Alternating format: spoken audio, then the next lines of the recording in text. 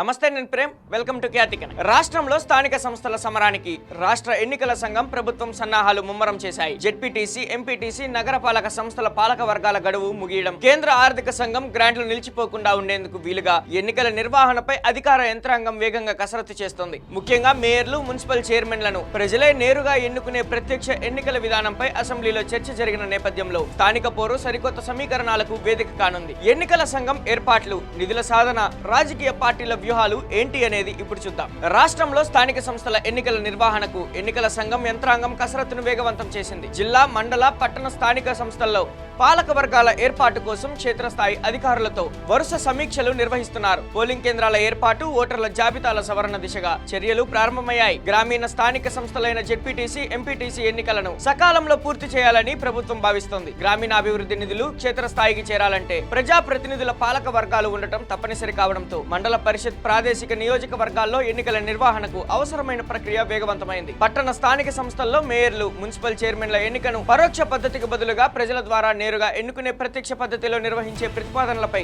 చర్చ జరుగుతుంది. చట్టసభల్లో నిబంధనల సవరణ అనంతరం క్షేత్రస్థాయిలో ఈ విధానాన్ని పకడ్బందీగా అమలు చేసేందుకు చర్యలు తీసుకుంటున్నారు. కేంద్ర ఫైనాన్స్ కమిషన్ నుంచి స్థానిక సంస్థలకు విడుదల కావాల్సిన గ్రాంట్లు నిలిచిపోకుండా ఉండేందుకు సకాలంలో ఎన్నికలు నిర్వహించడం అత్యంత కీలకమైనది. స్థానిక స్వపరిపాలన సంస్థల్లో ఎన్నికైన పాలక వర్గాలు ఉంటేనే కేంద్రం నుంచి భారీ మొత్తంలో అభివృద్ధి నిధులు విడుదలవుతాయి. స్థానిక సంస్థల్లో వార్డుల విభజన, బీసీ, ఎస్సీ, ఎస్టీ, మహిళా రిజర్వేషన్ల కేటాయింపు ప్రక్రియపై అధికారులు దృష్టి పెట్టారు. న్యాయపరమైన వివాదాలకు తావు లేకుండా నిబంధనలకు అనుగుణంగా రిజర్వేషన్ల జాబితాను రూపొందించేందుకు పరిశీలనలు సాగుతున్నాయి.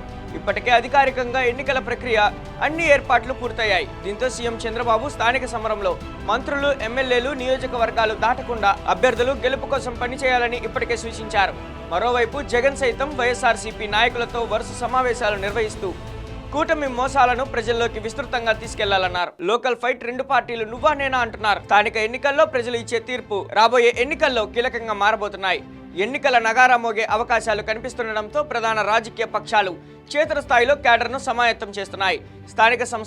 స్థానిక సమస్యలను ఎండగట్టడం, ప్రభుత్వ సంక్షేమ పథకాలను ప్రచారాస్త్రాలుగా మార్చుకోవడం ద్వారా అత్యధిక స్థానాలను కైవసం చేసుకునేందుకు పక్కా ప్రణాళికలు రచిస్తున్నాయి. నామినేషన్ల ప్రక్రియ నుంచి పోలింగ్ ఫలితాల వెల్లడి వరకు ప్రక్రియను వేగంగా పూర్తి చేసేలా ఎస్ఈసీ షెడ్యూల్ రూపకల్పన చేస్తోంది. అధికారులు, పోలీసు, భద్రతా బలగాల సమన్వయంతో ఎన్నికలను ప్రశాంత వాతావరణంలో ముగించేందుకు యంత్రాంగం సన్నద్ధమవుతుంది.